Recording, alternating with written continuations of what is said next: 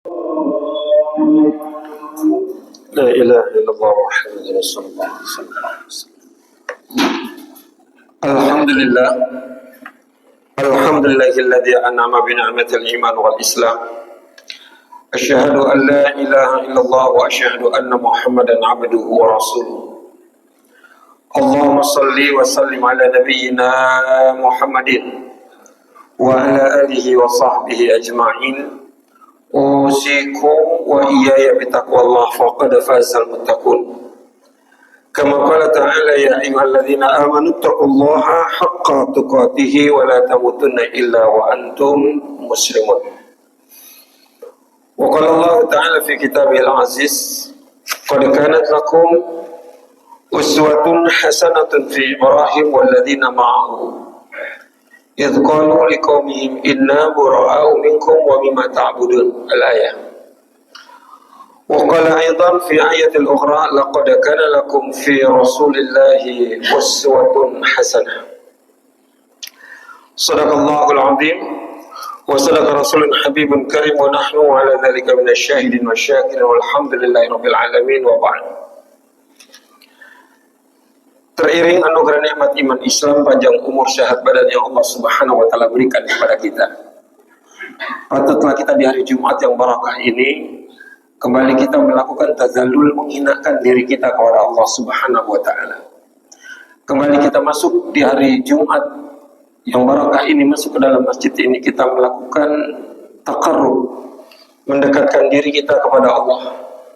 Anugerah nikmat iman Islam, panjang umur, sehat badan yang Allah Subhanahu wa taala berikan kepada kita semua. Marilah saya selaku khatib mengajak untuk diri khatib dan juga kepada jamaah sekalian, ittaqullaha haqqa tuqatih.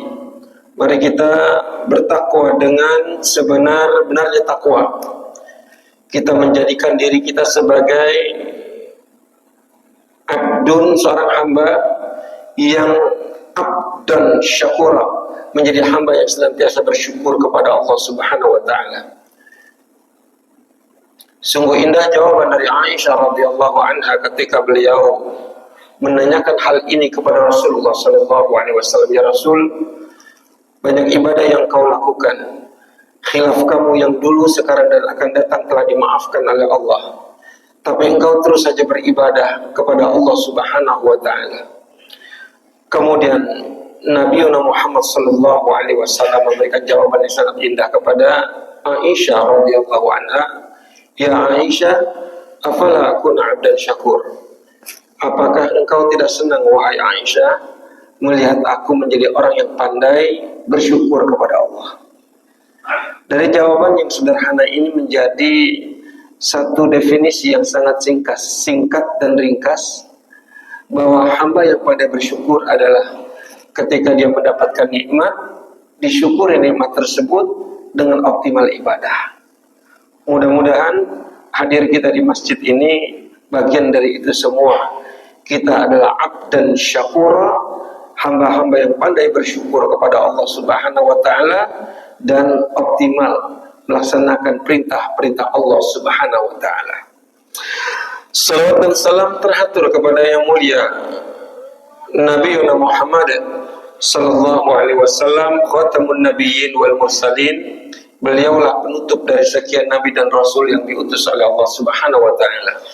Basyiran wa nadhiran, kabar gembira dan ancaman yang tertuang di dalam Al-Qur'anul Karim menjadi bahan tadabbur buat kita, menjadi bahan pengingat diri kita dari sisa umur yang Allah Subhanahu wa taala berikan hari ini. Mari kita jadikan Al-Quran sebagai pedoman hidup kita, menjadi basyiran, kabar gembira, sekaligus menjadi nadhiran, peringatan-peringatan bagi orang-orang yang hari ini masih saja tidak mau berada dalam ihdinas siratal mustaqim. Saudaraku sekalian, sidang salat Jumat yang dirahmati dan dicintai oleh Allah Subhanahu wa taala, kita belajar dari Nabi Ibrahim alaihissalam, seorang nabi yang mendapatkan satu perintah dari Allah Subhanahu wa taala.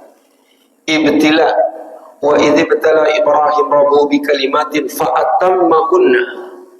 Dan ingat kata kala Nabi Ibrahim alaihissalam mendapatkan ujian dari Allah, dikasihnya PR oleh Allah, pekerjaan-pekerjaan ditugaskan, diwajibkan Allah kepada Nabi Ibrahim. Kalimat fa'atammahunna, Nabi Ibrahim alaihissalam menyempurnakan seluruh perintah Allah subhanahu wa ta'ala. Di dalam Al-Quran uswatun hasanah hanya Allah subhanahu wa ta'ala berikan kepada Nabi Ibrahim, dan juga Allah subhanahu wa ta'ala berikan kepada Nabi Muhammad sallallahu alaihi wasallam. Qad kanat lakum uswatun hasanatun fi Ibrahim. Dan dalam ayat yang lain juga Allah subhanahu wa ta'ala sematkan kalimat laqad kana lakum fi rasulillahi uswatun hasanah. Qad kanat lakum uswatun hasanatun fi Ibrahim, sungguh telah ada suri tauladan yang baik, contoh yang baik ada pada diri Nabi Ibrahim. Dan juga Allah subhanahu wa ta'ala berikan kepada Nabi Muhammad sallallahu alaihi wasallam laqad kana lakum fi rasulillahi uswatun hasanah, sungguh telah ada pada diri Nabi Muhammad sallallahu alaihi wasallam contoh yang baik. Dengan tanpa mengurangi rasa hormat kita kepada seluruh nabi dan rasul yang diutus oleh Allah subhanahu wa ta'ala, kita lihat bahwa kedua pribadi ini menjadi dua pribadi yang Allah subhanahu wa ta'ala jadikan sebagai contoh kita di dalam mensikapi hidup di atas permukaan bumi ini. Di dalam salat saja kita telah mengingat dan mengucap inda kulli salat. Di setiap kita mendirikan salat kita mengucapkan kalimat setelah menunjuk tangan kita, asyhadu an la ilaha illallah wa asyhadu anna Muhammadar Rasulullah. Allahumma salli ala Muhammad, atau Allahumma salli ala Sayyidina Muhammad kama sallaita ala Ibrahim wa ala ali Ibrahim wa barik ala Muhammad wa ala ali Muhammad, dan seterusnya. Dua nama ini disebut. Ada satu pesan bahwa di dalam mensikapi hidup, tengoklah kedua pribadi ini. Dua pribadi yang telah dijamin oleh Allah subhanahu wa ta'ala dalam konteks kehidupannya. Perjalanan hidup yang menarik yang dapat kita jadikan satu suri tauladan pada diri Nabi Ibrahim adalah bagaimana seorang Ibrahim alaihissalam menjadi pribadi yang mengajarkan kepada kita menjadi manusia yang kuat di dalam bertauhid, beriman kepada Allah subhanahu wa ta'ala. Ketika kita berbicara mengenai mujahadah, kesungguhan, tengoklah Ibrahim. Ketika kita berbicara mengenai al-mahabbah, membangun rasa cinta seorang hamba kepada sang pencipta, tengok Nabi Ibrahim alaihissalam. Ketika kita berbicara mengenai tadhiyah, pengorbanan yang diberikan oleh Ibrahim alaihissalam kepada Allah untuk Allah subhanahu wa ta'ala, lihat. Pribadi yang memberikan loyalitas yang sangat kuat kepada Allah subhanahu wa ta'ala. Masyarakat yang dihadapi oleh Nabi Ibrahim, masyarakat dalam hal ini rajanya. Masyarakat yang dihadapi oleh Nabi Ibrahim alaihissalam dalam hal ini adalah ayahnya sendiri. Masyarakat yang dihadapi oleh Nabi Ibrahim alaihissalam dalam hal ini adalah kaumnya. Coba kita banyak belajar dari seorang Ibrahim di saat memberikan dakwah, di saat menyampaikan kebenaran kepada seorang rajanya. Alam tara ila alladhi haja Ibrahim fi rabbih an ataahu Allahul mulka. Alam tara ila alladhi, tidakkah kamu perhatikan terhadap orang-orang yang telah alam tara ila alladhi haja, yang telah menghujat Ibrahim alaihissalam fi rabbih, tentang eksistensi Allah subhanahu wa ta'ala. An atahu Allahul mulka, di saat sang penghujat ini diberikan oleh Allah subhanahu wa ta'ala al-mulka, kekuasaan. Saudaraku sekalian, sidang salat Jumat yang dirahmati dan dicintai oleh Allah subhanahu wa ta'ala, jadi kita bisa belajar dari pesan dari Allah subhanahu wa ta'ala. Jelas sekali Dikatakan bahwa alam tara ila alladhi haja Ibrahim fi rabbihi an atahu Allahul mulka. Tidakkah kamu perhatikan terhadap orang yang menghujat Ibrahim tentang Tuhannya di saat sang penghujat ini diberikan oleh Allah kekuasaan. Sebuah kekuasaan apabila tidak disertai dengan spiritual yang baik, tidak disertai dengan iman yang baik, berpotensi si penguasa itu akan melakukan penjungkir balikan kebenaran. Dia akan menjungkir balikan kebenaran di saat kekuasaan yang dia miliki tidak disertai dengan spiritual yang baik. Ini juga bisa berlaku bagi diri saya dan juga bisa berlaku bagi diri bapak-bapak sekalian yang Allah katakan ar-rijalu qawwamuna 'ala nisa. Laki-laki itu pemimpin, bapak-bapak adalah pemimpin, paling tidak pemimpin bagi sebuah keluarga. Apabila kepemimpinan kita tidak disertai dengan nilai-nilai spiritual yang baik, kita akan menjadi seorang pemimpin yang brutal, menjadi pemimpin yang tidak baik, menjadi pemimpin yang tidak mampu mengarahkan bawahannya ke arah yang lebih baik. Jadi di sini jelas sekali yang dihadapi oleh Ibrahim adalah seorang raja yang zalim, seorang raja yang bodoh. Kenapa saya katakan bodoh? Lihat, ketika Nabi Ibrahim alaihissalam menyampaikan dakwah kepada Raja Namrud la'natullah alaihi ini, beliau katakan innallaha yuhyi wa yumit. Aku punya Allah, aku punya Tuhan, yuhyi wa yumit. Tuhan yang menghidupkan dan Tuhan yang mematikan. Kemudian sang raja yang diberikan kekuasaan oleh Allah Subhanahu wa taala yang bodoh ini, dia juga mengucapkan kalimat diabadikan di dalam Al-Qur'an, ana uhyi wa umit. Ibrahim, aku juga bisa menghidupkan. Ibrahim, aku juga bisa mematikan. Dalam satu riwayat yang dimaksud dengan ana uhyi wa umit, si Raja Namrud ini di dalam sebuah singgasananya memanggil seorang budak. Ketika dipanggil budak tersebut sudah berada di depannya, dia mengatakan, ada apa wahai raja? Tidak, aku hanya memanggil engkau. Sekarang kamu kembali duduk. Kemudian dia memanggil budak yang kedua. Budak yang kedua dipanggil, berada di depannya. Ketika bertanya, ada apa wahai raja? Langsung ditebas lehernya. Kemudian berucap kepada Ibrahim, Ibrahim, jelas kamu lihat, ana uhyi wa umit. Aku bisa menghidupkan, aku bisa mematikan. Cara berpikir yang bodoh seorang raja ini. Tapi Nabi Ibrahim alaihissalam adalah seorang nabi yang diberikan oleh Allah Subhanahu wa taala fatanah, diberikan kecerdasan. Seluruh para nabi dan rasul diutus oleh Allah Subhanahu wa taala memiliki sifat fatanah, kecerdasan, dengan rasionalitas, dengan logika ra'yu, dengan logika berfikirnya. Nabi Ibrahim berkata, aku punya Allah, aku punya Tuhan. Tuhanku adalah Tuhan yang ya'ti bisyamsi minal masyriqi fa'ti biha minal maghrib. Aku punya Tuhan, aku punya Allah, menerbitkan matahari dari timur, dibenamkan matahari itu ke barat. Coba sekarang dibalik, terbitkan dari barat. Saudaraku sekalian, sidang salat Jumat yang dirahmati dan dicintai oleh Allah Subhanahu wa taala, di saat Nabi Ibrahim bertanya seperti itu, fabuhital ladzi kafar, maka si kafir Namrud la'natullah alaihi ini diam, tidak bisa berbicara sama sekali. Tetapi memang tadi saya katakan, raja yang dengan kezalimannya, dengan kedurjanaannya, tidak disertai dengan spiritual keimanan yang baik, dia melakukan berbagai macam cara untuk membenarkan apa yang dia lakukan. Dibakar Ibrahim. Ada sebuah pendidikan tauhid di sini, edukasi tauhid yang dilakukan oleh Ibrahim alaihissalam yang menjadi uswatun hasanatun bagi buat kita. Apa itu? Berminggu-minggu dibakar, berbulan-bulan dibakar Nabi Ibrahim alaihissalam. Kemudian datanglah malaikat Jibril. Malaikat datang kemudian mengatakan sesuatu kepada Ibrahim. Ya Ibrahim, engkau angkat tanganmu, engkau tinggikan tanganmu, aku selamatkan engkau. Jawab Ibrahim, la, aku tidak butuh bantuan siapapun, aku hanya butuh bantuan Allah Subhanahu wa Ta'ala.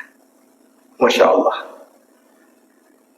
Sudahkah tingkat tauhid saya dan juga kita semua sampai kepada tingkatan itu?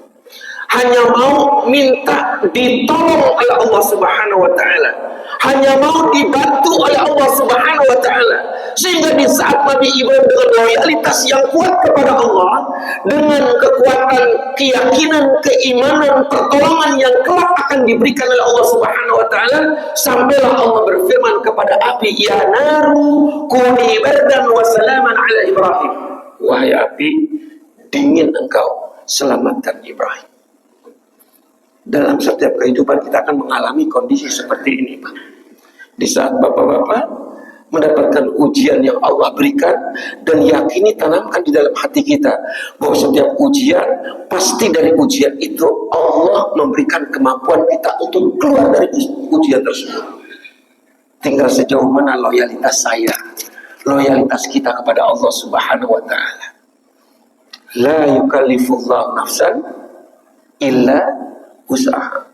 Allah tidak akan memberikan satu ujian kepada kita melainkan dari ujian tersebut kita mampu keluar. Tinggal sejauh mana loyalitas kita, loyalitas kita kepada Allah Subhanahu wa Ta'ala. Pasrah diri.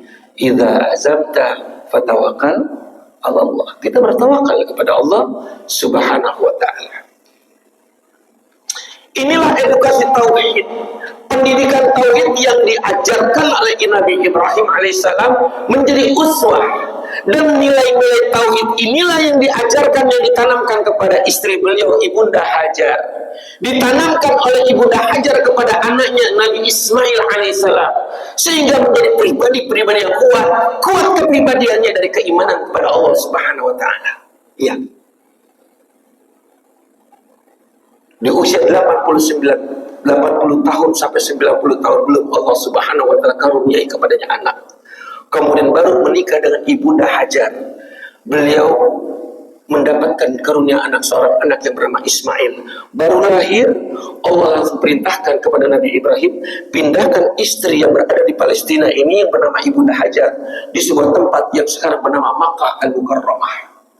Maka saat itu belum ada tanda-tanda kehidupan sama sekali. Maka saat itu belum ada air Zam-Zam.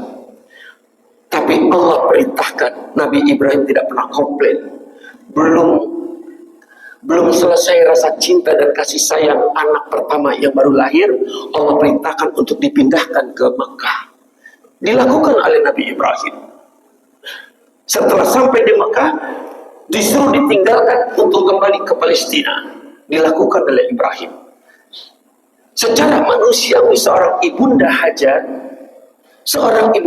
berkata pada suaminya, wahai Rasul, wahai Ibrahim, engkau tega meninggalkan kami berdua di sini. Tidak ada tanda-tanda kehidupan sama sekali. Pertanyaan demi pertanyaan tidak dijawab oleh Ibrahim. Tapi di saat pertanyaan tersebut, pertanyaan yang bersifat tauhid, bertanya Ibunda Hajar, ya Ibrahim, apakah ini perintah Allah? Langsung dijawab oleh Ibrahim alaihissalam, ya, ini perintah Allah. Jawab Ibunda Hajar, kalau ini perintah Allah, sekarang kamu silakan pergi. Aku yakin Allah memberikan kehidupan kepada aku. Mari bapak-bapak sekalian, ingin menjadi istri yang kuat di dalam menghadapi kehidupan, tanamkan nilai-nilai keimanan kepada istri kita. Menjadi istri yang salihah. Harapan kita, Rabbana hablana min azwajina wa dzurriyyatina qurrata a'yun waj'alna lil muttaqina imama. Istri kita menjadi istri yang saleh, istri yang kuat keimanannya, tanamkan. Belajarlah dari Nabi Ibrahim alaihissalam. Terakhir, bagaimana edukasi tauhid menjadi sebuah kekuatan yang sangat dahsyat, menjadi kepasrahan dan kesabaran bagi seorang Ismail. Di usia 11 tahun kembali Nabi Ibrahim dari Palestina datang ke Makkah Al-Mukarramah dalam satu misi yang sangat besar, menyembelih Nabi Ismail. Inni ara fil manam anni adbahuka fanzur maza tara. Wahai anakku Ismail, semalam aku bermimpi menyembelih engkau, fanzur maza tara. Coba kira-kira pendapatmu bagaimana? Karena memang dasar anak tertarbiyah, terdidik dengan nilai-nilai tauhid oleh ibunya. Jawaban Ismail, ya abad if'al ma tu'mar satajiduni insyaallah minas sabirin. Bapak, kerjakan apa yang Allah perintahkan, mudah-mudahan Bapak mendapatkan aku termasuk orang yang sabar. Mudah-mudahan anak-anak kita yang sedang kita didik ini menjadi anak-anak yang bertauhid, menjadi Ismail muda. Insyaallah, amin ya rabbal alamin. Barakallahu li wa lakum.